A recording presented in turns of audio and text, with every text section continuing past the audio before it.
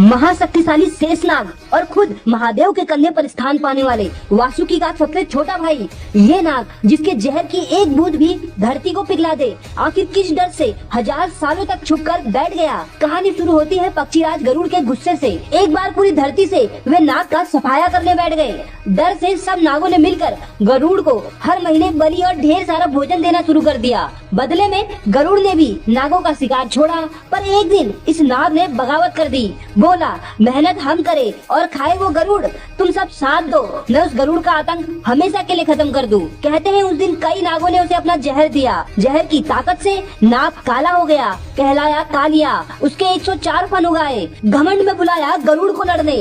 तभी बादलों को चीरता हुआ गरुड़ बिजली की स्पीड से धरती पर आया। वो गरुड़ जो स्वयं पूरे संसार के पालक श्री हरि को अपने पीठ पर घुमाते हैं, उनके ताकत के आगे तो ये नाग मात्र एक तिनका था। गरुड़ के शक्तिशाली पंजे पड़ते ही इस नाग की हड्डियां टूट गई। भागा जान बचाकर यमुना नदी और उसकी गहराई में कई सालों तक छुप कर बैठ गया। पर सर पे तो अभी भी ऐसा घमंड था कि पूरी यमुना को अपना मान बैठा। यमुना नदी के पास से कोई भी गुजरे तो उसका अंत निश्चित। यमुना का पानी अब जहर हो गया, किनारे सुनसान पड़ गए और लोग मरने लगे। फिर एक दिन उसी जहर में एक 7 साल के बच्चे ने कदम रखा। ना कोई हथियार, ना कोई सेना, बच्चे के कदम मात्र से लहरें शांत थी।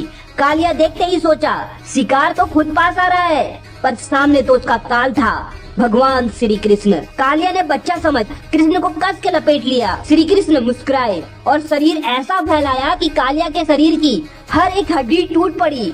अब कृष्ण कालिया के फनों पर चढ़ नाचने लगे। कालिया दर्द से रो दिया और माफी मांगने लगा। श्री कृष्ण के कहने पर वो यमुना को हमेशा के लिए छोड़ दिया। इसी बात पे कमेंट में जय श्री कृष्ण अवश्य लिखे। हनुमान जी आखिर क्यों मृत्यु के देवता के काल बन गए और अपनी गदा से उनका अंत करने लगे। एक बार हनुमान जी सोचे, ये अयोध्या मेरे राम की, इसीलिए यहाँ असुर तो क्या, मैं मौत को भी कदम न रखने दूं। जब यमदूत अयोध्या किसी के प्राण हरने को आते, उससे पहले ही हनुमान जी उन्हें मार कर भगा देते। इस बात पर एक दिन यमराज को बहुत गुस्सा आया। अपनी भैंस पे बैठ वे पहुँचे अयोध्या। गेट में हनुमान जी उनका रास्ता रोक बोले, लगता है आप गलत जगह आ गए। यमराज गुस्से से बोले, तुमने क्या सोचा, काल के मार्ग पर आओगे और काल मार्ग बदल देगा? ये तुम्हारी भूल है, सृष्टि के संतुलन को मत बिगाड़ो। हनुमान जी बोले, मैं तो एक बंदर हूँ, मुझे ये सृष्टि वृष्टि की बात समझ में नहीं आती।